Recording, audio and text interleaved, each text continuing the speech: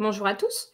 Alors, l'Office de tourisme, hop, l'Office de tourisme de Vexin Pays de Nacre a sur son site internet un questionnaire web d'abonnement à sa newsletter FMA qui passe par le SIM. C'est un questionnaire web qui a été mis en place par l'agence web qui gère le site internet de l'Office.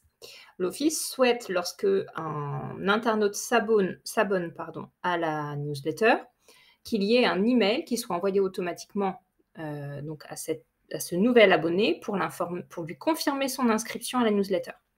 En attendant qu'il reçoive la première newsletter qui peut être une semaine après, un mois après, 3 mois après, en fonction de votre fréquence d'envoi de vos newsletters. Donc, vu que là, derrière, on est sur un questionnaire web, à chaque fois qu'il y a une inscription ici à la newsletter, ça va rentrer des informations dans la fiche prospect. Si je vais sur la fiche prospect, pour vous montrer un petit peu les informations, hop, je vais sur le bordereau prospect. Si je cherche un prospect à mon nom, parce que je sais que je suis abonnée à leur newsletter,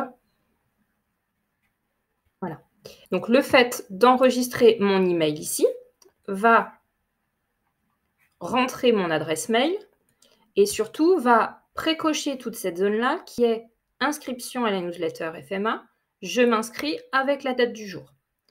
Ces informations-là vont permettre de programmer un scénario qui dit que tous les prospects qui ont le tag newsletter FMA de renseigner dans le type d'inscription, qui ont un statut à je m'inscris avec une date d'abonnement à aujourd'hui, peut déclencher l'envoi d'un email. Le marketing automation, c'est l'envoi d'un email par rapport à des critères, par rapport à une action dans la base. Donc, pour pouvoir mettre en place cet envoi d'email automatique, vous devez au préalable créer un modèle d'emailing, donc un modèle de mailing électronique. Vous allez dans Admin, les modèles électroniques. Là, l'Office a préparé son modèle.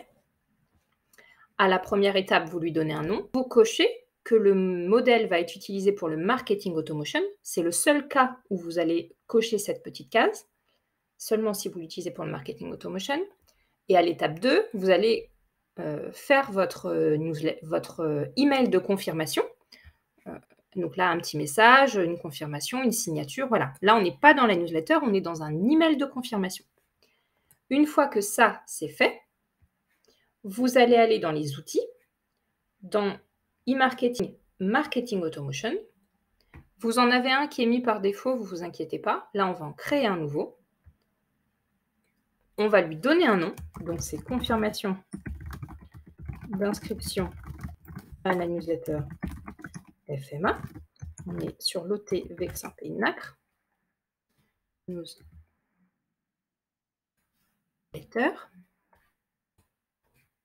Validé. C'est sur le bordereau prospect. Donc là, pour les newsletters FMA ou les newsletters grand public. Les newsletters pro, elles sont sur Contact Pro. Prospect. Et je suis bien sur l'Office de tourisme du Vexin. Ça, c'est les informations de départ. On va me demander quels critères je vais utiliser dans une fiche prospect, parce que là, j'ai bien sélectionné le bordereau prospect, pour déclencher un emailing. Donc, j'ai dit que j'allais dans communication et participation. C'est là où vous avez toutes vos rubriques de newsletter. La newsletter des Sablons. Donc, le type pour indiquer que c'est la newsletter FMA. Le statut pour dire c'est je m'inscris et la date. Donc là, c'est les 3 critères qui vont me faire déclencher un emailing.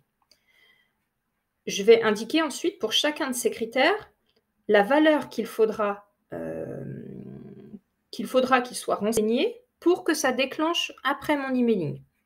Donc la valeur fait que je vais indiquer à quelle date, à partir du moment où, par exemple, le 16 juin, je m'inscris, eh ben, je vais indiquer si c'est le jour même ou si c'est 3 jours après que je veux déclencher un email.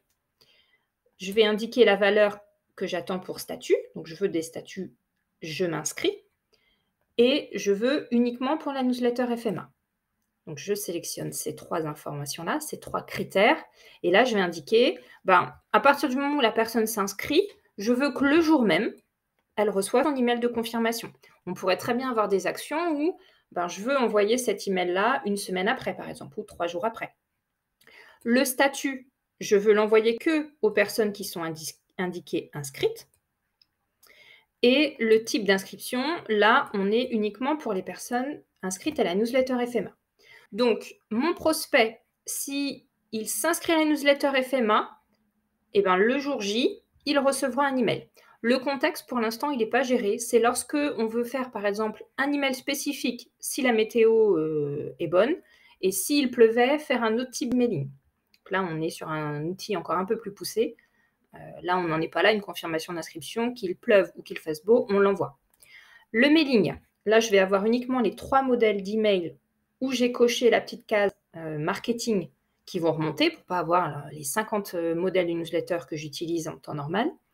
Confirmation d'inscription à la newsletter, c'est celui-ci qui a été fait. Je vais lui donner un nom. Test Marie, voilà, peut-être c'est pas une bonne idée, mais confirmation, inscription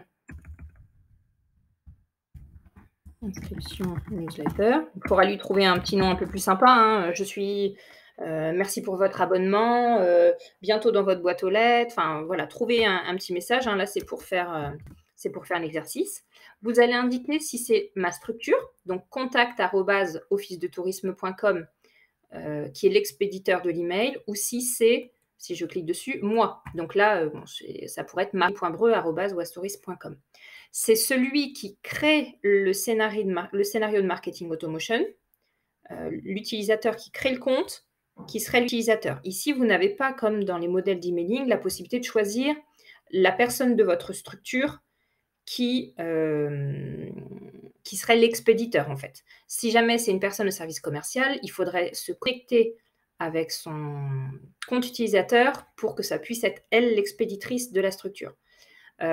Juste une vigilance, moi j'aurais tendance pour l'instant à vous dire de mettre l'email de la structure, tout simplement parce que le jour où votre collègue part de la structure, il faudra refaire le scénario de marketing automation, et vous avez une chance sur 2 d'oublier que sur ce compte-là, il y a un scénario de marketing automation qui part tous les jours ou tous les mois. Vaut mieux que ce soit peut-être des emails au départ de la structure et pas liés à une personne. Envoi toutes les 15 minutes, c'est le minimum. Donc en fait, toutes les 15 minutes, il y a une recherche dans la base pour savoir s'il y a des nouveaux abonnés. S'il y a des nouveaux abonnés, il y a un email qui part. Hop, j'ai renseigné donc mes tags, mes critères, j'ai choisi mon email et je fais enregistrer. Il va rester indiqué dans la liste et surtout, il va indiquer en tant que scénario actif. J'ai la possibilité de le modifier et de le désactiver, là, en décochant et en enregistrant. À partir de maintenant, tous les abonnés à la newsletter, les nouveaux abonnés à la newsletter qui passeront par le formulaire, ou si j'avais créé par exemple en bas d'une signature email une petite pub qui enverrait vers mon formulaire d'abonnement habituel, toutes ces personnes-là vont s'enregistrer dans mon bordereau prospect, remplir ces critères-là et donc recevoir l'email de confirmation. Là, en fonction il est important que vous définissiez bien vos critères parce que derrière, vous avez des emails qui partent automatiquement, sur lesquels vous n'avez pas de copie de l'envoi. Ils vont apparaître dans le module d'emailing ici. Donc, quand vous allez sur le tracking, ici, vous avez la possibilité de filtrer sur le marketing automation. Jusqu'à présent, il n'était pas utilisé, mais ici, vous auriez une vue sur tous les emails qui partent automatiquement, en fait, avec l'outil de marketing automation. Si vous avez des doutes sur les tags à faire par rapport à vos différents types de newsletters, si vous en avez par exemple plusieurs, parlez-en avec moi, on vérifie ensemble.